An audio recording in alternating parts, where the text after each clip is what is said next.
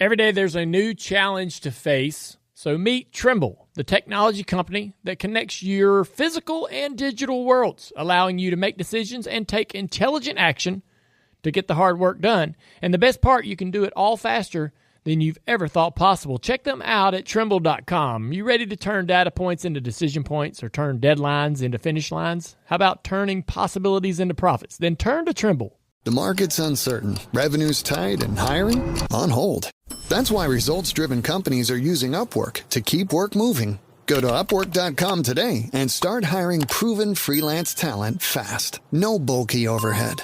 No rigid long-term contracts. Just the right expert right when you need them. Work smarter and faster with Upwork. Go to Upwork.com now and find your freelance expert. That's UPWORK.com. Post a job for free and get started today. Searching for just the right job? Whether you're looking for full-time, part-time, or seasonal work, you can get started today. Amazon Jobs offer the whole package with great pay and flexible shifts that allow you to choose when and how much you work.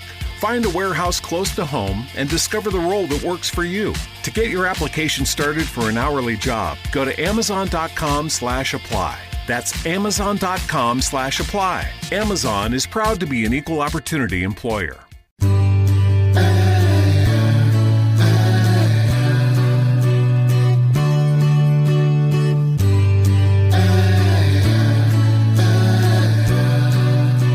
Welcome to LitReading. I'm Don McDonald. Our next story is more of an essay than a short story, which takes aim at a certain segment of humanity, one that confuses us with its contradictions. To avoid spoiling the author's perfect introduction, here is Good Souls by Dorothy Parker.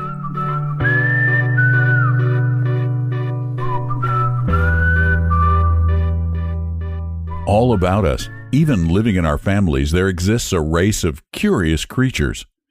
Outwardly, they possess no marked peculiarities. In fact, at a hasty glance, they may be readily mistaken for regular human beings. They are built after the popular design. They have the usual number of features arranged in the conventional manner. They offer no variations on the general run of things in their habits of dressing, eating, and carrying on their business. Yet between them and the rest of the civilized world there stretches an impassable barrier. Though they live in the very thick of the human race, they are forever isolated from it. They are fated to go through life congenial pariahs. They live out their little lives, mingling with the world, yet never a part of it. They are, in short, good souls. And the piteous thing about them is that they are wholly unconscious of their condition. A good soul thinks he is just like everyone else. Nothing could convince him otherwise. It is heartrending to see him going cheerfully about, even whistling or humming as he goes, all unconscious of his terrible plight. The utmost he can receive from the world is an attitude of good-humored patience, a perfunctory word of approbation, a praising with faint damns, so to speak. Yet he firmly believes that everything is all right with him. There is no accounting for good souls. They spring up anywhere.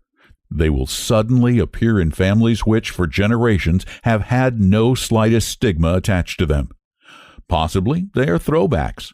There is scarcely a family without at least one good soul somewhere in it at the present moment, maybe in the form of an elderly aunt, an unmarried sister, an unsuccessful brother, an indigent cousin. No household is complete without one. The good soul begins early. He will show signs of his condition in extreme youth. Go now to the nearest window and look out on the little children playing so happily below. Any group of youngsters that you may happen to see will do perfectly. Do you observe the child whom all the other little dears make it in their merry games? Do you follow the child from whom the other little ones snatch the cherished candy to consume it before his streaming eyes? Can you get a good look at the child whose precious toys are borrowed for indefinite periods by the other playful youngsters and returned to him in fragments? Do you see the child upon whom all the other kiddies play their complete repertory of childhood's winsome pranks, throwing bags of water on him, running away and hiding from him, shouting his name in quaint rhymes, chalking coarse legends on his unsuspecting back? Mark that child well. He is going to be a good soul when he grows up. Thus does the doomed child go through early youth and adolescence. So does he progress toward the fulfillment of his destiny. And then, someday, when he is under discussion, someone will say of him, "Well, he means well anyway." That settles it. For him, that is the end. Those words have branded him with the indelible mark of his pariahdom. He has come into his majority. He is a full-fledged good soul. The activities of the adult of the species are familiar to us as well. When you are ill, who is it that hastens to your bedside bearing molds of blancmange which from infancy you hated with unspeakable loathing? As usual, you are way ahead of me. It is indeed the good soul. It is the good souls who efficiently smooth out your pillow when you have just worked it into the comfortable shape, who creak about the room on noisy tiptoe, who tenderly lay on your fevered brow damp cloths which drip ceaselessly down your neck. It is they who ask every other minute if there isn't something they can do for you. It is they who at great personal sacrifice spend long hours sitting beside your bed, reading aloud the continued stories in the Woman's Home Companion or chatting cozily on the increase in the city's death rate. In health, as in illness, they are always right there, ready to befriend you. No sooner do you sit down than they exclaim that they can see you aren't comfortable in that chair and insist on your changing places with them. It is the good souls who just know that you don't like your tea that way and who bear it masterfully away from you to alter it with cream and sugar until it is a complete stranger to you. At the table, it is they who always feel that their grapefruit is better than yours and who have to be restrained almost forcibly from exchanging it with you. In a restaurant, the waiter invariably makes a mistake and brings them something which they did not order and which they refuse to have changed, choking it down with a wistful smile. It is they who cause traffic blocks by standing in subway entrances arguing altruistically as to who should pay the fare. It is they who cause traffic blocks by standing in subway entrances arguing altruistically as to who is to pay the fare. At the theater, should they be members of a box party, it is the good souls who insist upon occupying the rear chairs. If the seats are in the orchestra, they worry audibly all the way through the performance about their being able to see better than you, until finally, in desperation, you grant their plea and change seats with them. If, by doing so, they can bring a little discomfort on themselves, sit in a draft, say, or behind a pillar, then their happiness is complete. To feel the genial glow of martyrdom, that is all they ask of life. Good souls are punctilious in their observation of correct little ceremonies. If, for example, they borrow a postage stamp, they immediately offer 2 pennies in return for it. They insist upon this business transaction. They never fail to remember birthdays. Their little gift always brings with it a sharp stab of remembrance that you have blissfully ignored their own natal day. At the last moment, on Christmas Eve, comes a present from some good soul whose existence, in the rush of holiday shopping, you have completely overlooked. When they go away, be it only for an overnight stay, they never neglect to send postcards bearing views of the principal buildings of the place to all their acquaintances. To their intimates, they always bring back some local souvenir, a tiny dish featuring the gold-lettered name of the town, a thimble in an appropriate case, both bearing the name of their native city, a tie rack with the name of the place of residence burned decoratively on its wood, or some such useful novelty. The lives of good souls are crowded with occasions, each with its own ritual which must be solemnly followed. On Mother's Day, good souls conscientiously wear carnations. On St. Patrick's Day, they faithfully don boutonnieres of shamrocks. On Columbus Day, they carefully pin on miniature Italian flags. Every feast must be celebrated by the sending out of cards. Valentine's Day, Arbor, Groundhog Day, and all the other important festivals, each is duly observed. They have a perfect genius for discovering appropriate cards of greeting for the event. It must take hours of research. If it's too long a time between holidays, then the good soul will send little cards or little mementos just by way of surprise. He is strong on surprises anyway. It delights him to drop in unexpectedly on his friends. Who has not known the joy of those evenings when some good soul just runs in as a surprise? It is particularly effective when a chosen company of other guests happens to be present, enough for 2 tables of bridge, say. This means that the good soul must cut in at intervals, volubly voicing his desolation at causing so much inconvenience and apologizing constantly during the evening. His conversation, admirable though it is, never receives its just due of attention and appreciation. He is one of those who believe and frequently quote the exemplary precept that there is good in everybody. Hanging in his bedchamber, there is the whimsically phrased yet vital statement done in burned leather: there is so much good in the worst of us and so much bad in the best of us that it hardly behooves any of us to talk about the rest of us. This, too, he archly quotes on appropriate occasions. 2 or 3 may be gathered together intimately discussing some mutual acquaintance.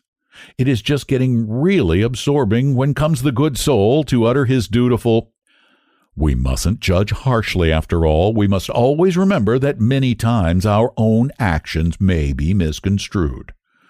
Somehow, after several of these little reminders, there seems to be a general waning of interest. The little gathering breaks up, inventing quaint excuses to get away and discuss the thing more fully, adding a few really good details, someplace where the good soul will not follow.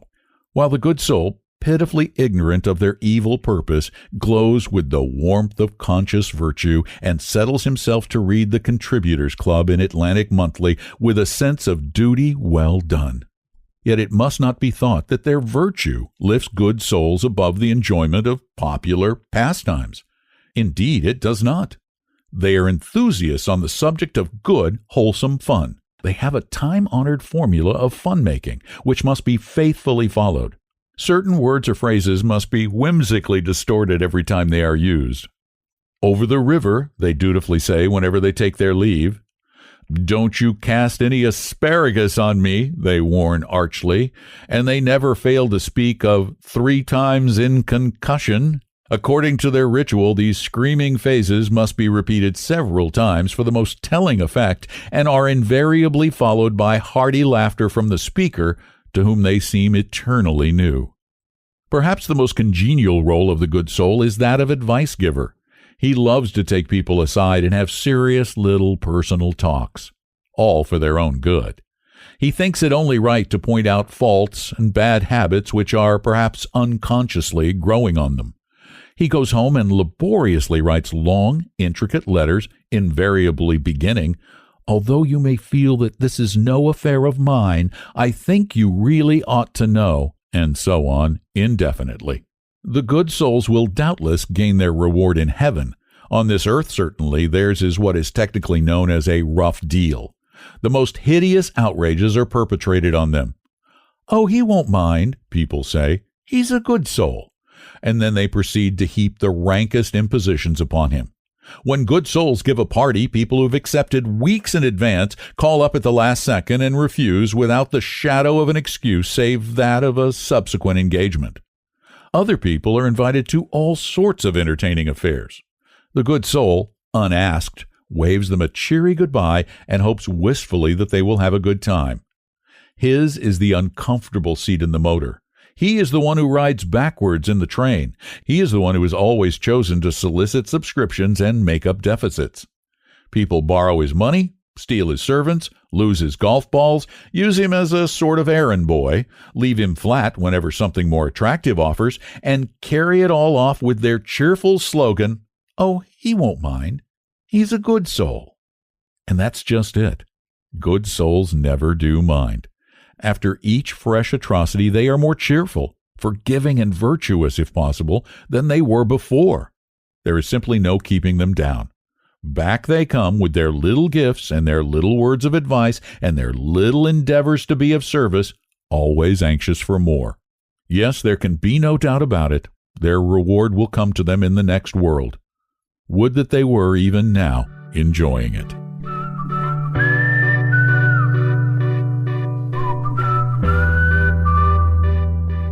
Good Souls was written in 1919 by a 26-year-old Dorothy Parker, then a staff writer for Vanity Fair magazine. It illustrated a sardonic wit that led her to a long, successful writing career in Vogue magazine, Vanity Fair, Life, McCall's, and The New Republic. In 1925, Dorothy was hired as one of the New Yorker's original editors. Known for her acerbic humor, Dorothy Parker said of herself, "The first thing I do in the morning is brush my teeth and sharpen my tongue."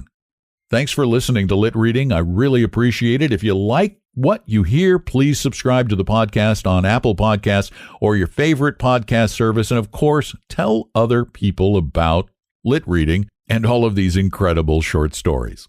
And of course, I love it when you leave a review. Thanks for listening. I'm Don McDonald.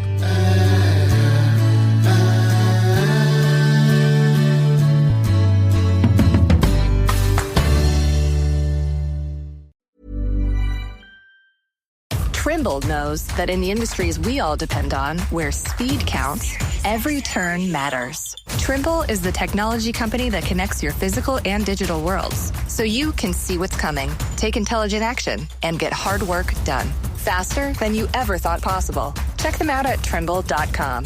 Ready to turn data points into decision points? Turn deadlines into finish lines? And turn possibilities into profits?